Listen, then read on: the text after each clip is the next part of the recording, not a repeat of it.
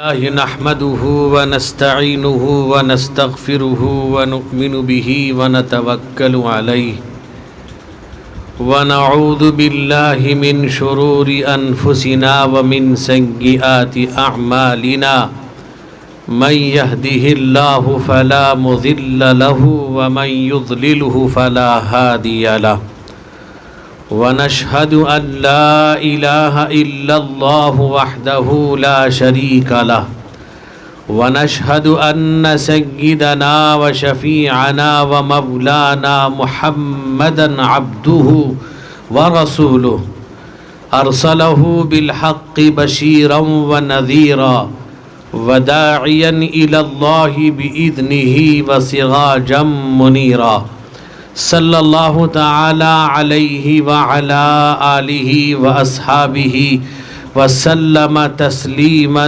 کثیرا کثیرا اما بعد فاعوذ باللہ من الشیطان الرجیم بسم اللہ الرحمن الرحیم یا ایہا الذین آمنوا توبوا الی اللہ توبۃ نصوحا عسى ربكم أن يكفر عنكم سيئاتكم ويدخلكم جنات تجري من تحتها الأنهار يوم لا يخزي الله النبي والذين آمنوا معه نورهم يسعى بين أيديهم وبأيمانهم يقولون ربنا أتمم لنا نورنا واغفر لنا إنك على كل شيء قدير وقال النبي صلى الله عليه وسلم التائب من الذنب كمن لا ذنب له او كما قال صلی اللہ علیہ وسلم۔ علماء کرام، معزز حاضرین، میرے بزرگوں، بھائیوں، قابل احترام مائیں اور بہنیں،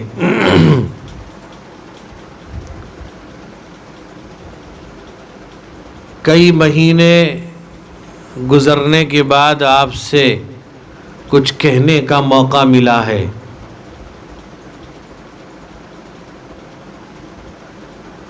مرحوم جناب ہدایت صاحب، جو محلہ سالار جنگ کے پرانے اور بڑے لوگوں میں اور ایک مربی کی حیثیت رکھتے تھے،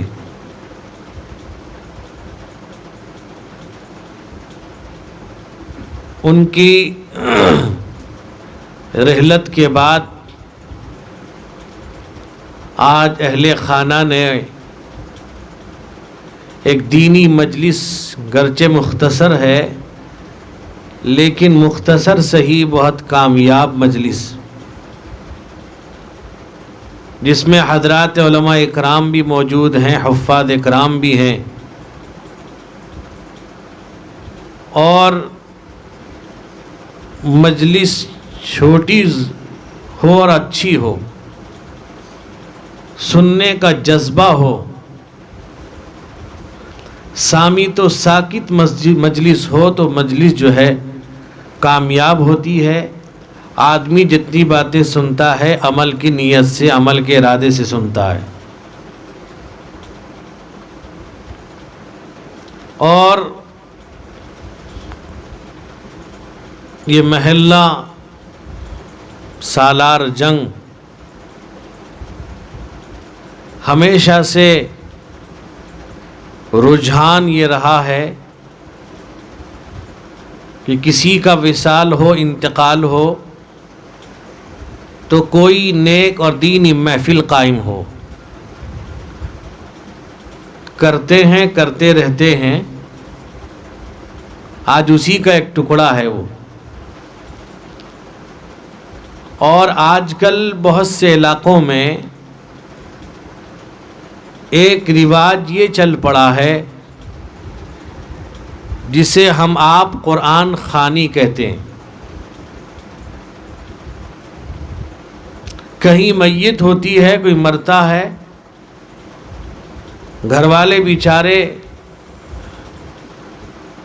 مقصد ان کا اچھا ہوتا ہے، ان کی نیت اچھی ہوتی ہے کہ قرآن پاک پڑھیں گے اس کے مرحوم کے حق میں تو ان کو ثواب پہنچے گا۔ میرے بھائی اور وہ لوگ آتے ہیں، قرآن خوانی ہوتا ہے، دعا ہوتی ہے، پھر کھانا کھاتے ہیں، اجرت لیتے ہیں، پتہ نہیں کیا کیا کرتے ہیں۔ بعض جگہ تو ایک گروپ بنا لیا لوگوں نے۔ اب یہ ہے کہ اب ہم یہ سوچتے ہیں ہم نے چند حافظ قرآن کو بلا لیا،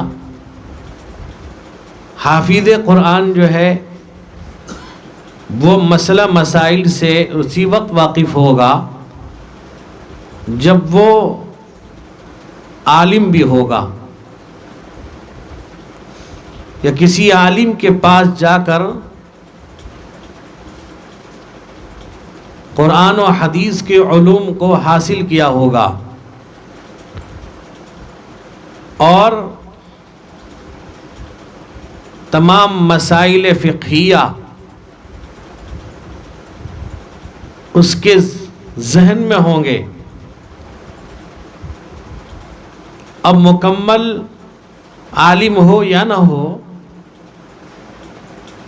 اب یہ ہے کہ وہ کسی عالم کی صحبت اختیار کرے، وہاں جا کر قرآن و حدیث کے علوم کو حاصل کرنا چاہے اس کی مجلس میں کر سکتا ہے۔ لیکن یہ نظام جا کر کے باقاعدہ طور پر گروپ بنا کر، میرے بھائی اس سے بچیں، بلکہ گھر والے جہاں تک جتنا ہو سکے قرآن پڑھیں۔ بعض جگہ تو یہ بھی رواج تھا، الحمدللہ وہ ختم ہوا، جسے آخون بیٹھنا کہتے ہیں۔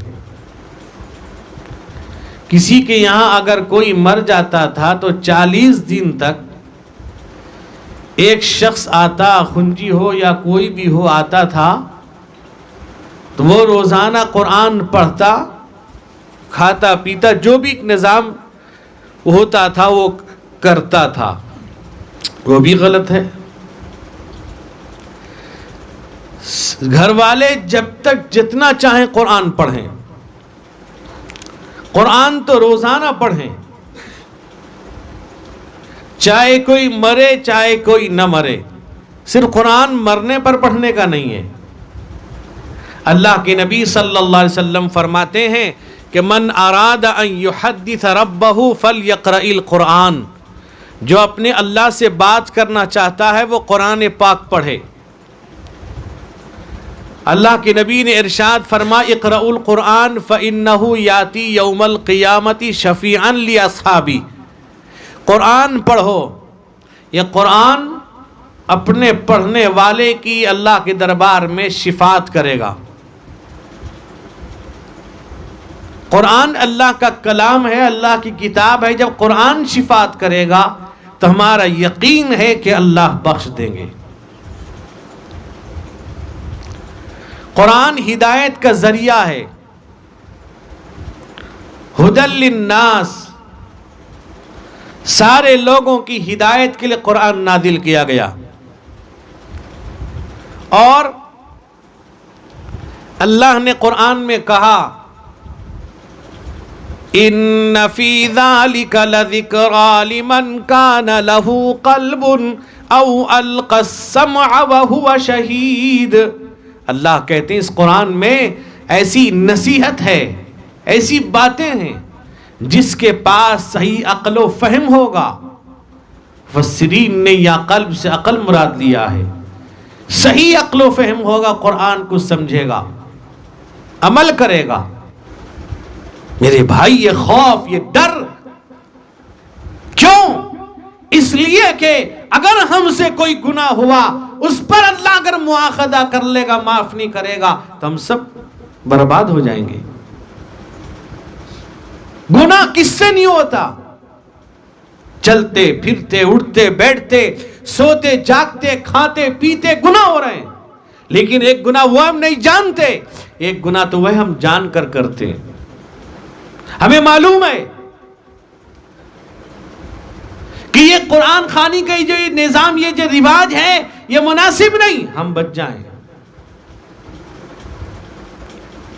اور یہ تیجا 10واں 20واں گھسواں پتہ نہیں کیا کیا ماں اور 40واں، اس کا کوئی وجود نہیں. اور یہ ایک طریقہ غلط چلا ہوا ہے. بعض لوگوں سے کہیے، وہ کہتے ہیں کہ مولانا چالسی کا جلسہ ہوگا. ارے بھائی چالسی نہیں، وہ منہ سے نکل جاتا، پھر کہاں سے نکلنا چاہیے؟ تو ذہن میں وہ بیٹھا ہوا، ہم نکال نہیں پاتے. ہمیں یہ پتہ لگانا ہے کہ ہم جو کام کر رہے ہیں مرحوم کی بھلائی کے لیے کرتے ہیں، اس کو ثواب پہنچے گا، اس کے اچھائی کے لیے کر رہے ہیں تاکہ قبر میں راحت کی زندگی گزارے. میرے بھائی، افسوس ہے کہ آج ہم مسائل سے اور اس سب سے دور ہوتے جا رہے ہیں. ہم تو ایسا ہونا چاہیے کہ ہمارا کچھ وقت اگر خالی ہے ہم علماء کے پاس بیٹھ جائیں. اللہ فضل ہے، آپ کے یہاں کئی علماء ہیں. حضرت مولانا حافظ و قاری اصغر حسین صاحب قاسمی، استاد حدیث مرکز العلوم سونگڑا، حدیث کی کتاب پڑھاتے ہیں، بڑی کتاب.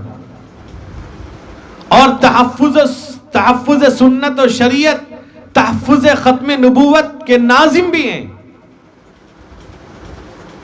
اور حضرت مولانا طاہر صاحب قاسمی، یہ بھی حدیث پڑھاتے ہیں، بڑی کتاب پڑھاتے ہیں. میرے دوستو، یہاں موقع نہ ملے، کہیں ملے علماء کے پاس تھوڑی دیر بیٹھ جاؤ. امام صاحب ہیں، بیٹھ جاؤ تھوڑی دیر. ورنہ یاد رکھو، علماء سے جہاں ہم دور ہوں گے گمراہی آہستہ آہستہ بڑھتی جائے گی. لوگ گمراہ کریں گے، اور گمراہ کرنے والا شخص اچھا لگے گا، اچھے لباس میں آئے گا، وہ جھوٹی چکنی چپڑی باتیں کرے گا، جیسے بہت سارے آج کل تعویذ گنڈا والے کرتے ہیں. جھوٹ فریب کر کے اور آپ کو گمراہی کی طرف لے جائیں گے. قبر پرستی، قبر کی پوجا کروا دیں گے، کرتے ہیں.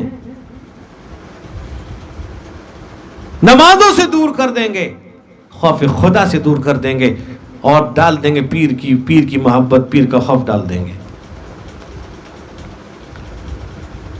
گناہ ہم سب سے ہوتا ہے. ہو سکتا ہے کہ میں آپ لوگوں میں سب سے زیادہ گناہگار میں ہوں. میں اپنے گناہ کو دیکھوں اور اللہ سے معافی مانگوں. ہر ایک آدمی اللہ سے معافی مانگے، اللہ کے سامنے توبہ کرے، کسی کے کیچڑ نہ اچھالے، وہ اپنے آپ کو دیکھے، کسی پر انگلیاں نہ کسے. کون کیا ہے، کیسا ہے، کس طرح ہے. غلط کرتا ہے، روکو، اسے بتاؤ، سمجھاؤ. میرے بھائی، ہر ایک آدمی اپنے گریباں میں منہ ڈالے، اپنے گناہ کو دیکھے اور اللہ سے معافی مانگے، توبہ کرے. اللہ خود کہتے ہیں وَاسْتَغْفِرِ اللَّهَ يَجِدِ اللَّهَ غَفُورًا رَحِيمًا. اے لوگو، اللہ سے معافی مانگو، اللہ معاف کرنے والے، رحم کرنے والے. اللہ کے جیسا رحم کرنے والا کوئی نہیں.